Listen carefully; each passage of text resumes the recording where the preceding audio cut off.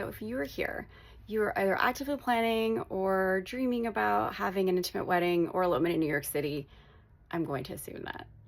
And obviously, if you're at this stage, before you've started planning anything or booking any vendors or flights or whatnot, you are probably spending a lot of time looking around the internet to try and see what other people have done and to get a sense of what would make you happy on that day. So I think this is a really important step not to skip, to spend whatever time you have.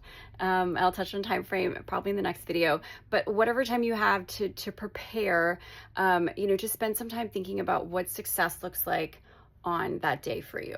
Because if you're not having a traditional wedding, there isn't always like a clear thing to see.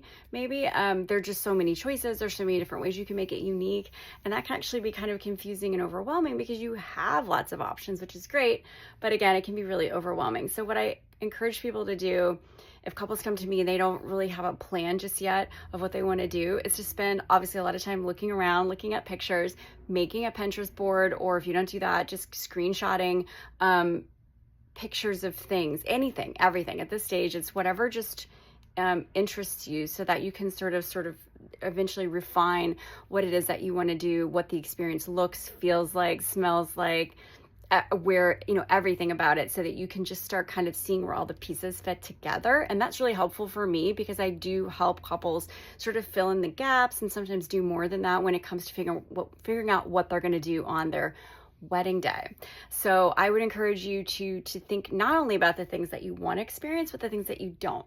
You could also make a spreadsheet if you're more of a spreadsheet person instead of a Pinterest or visual collection sort of person, and make a list of the things that you want to experience. If there's a particular restaurant, a certain type of food, just a certain vibe, a certain street, a certain building, a certain style of architecture maybe, or just elements of the city in particular, like, do you want to include a taxi? Do you want to include a crosswalk? What do you really see your day taking place in Central Park? Do you see it taking place at City Hall or someplace completely different? Is there a hotel that really has captured your imagination, or is it more like we just want a terrace somewhere? Okay, start accumulating pictures and make a list of things that you want and the things that you don't want, because that can be equally instructive, in terms of figuring out what it is you want, by having that list. I have a lot of couples that are from the New York City area who may not want to include some of the most iconic places like the Brooklyn Bridge, but others really do. So there's really no one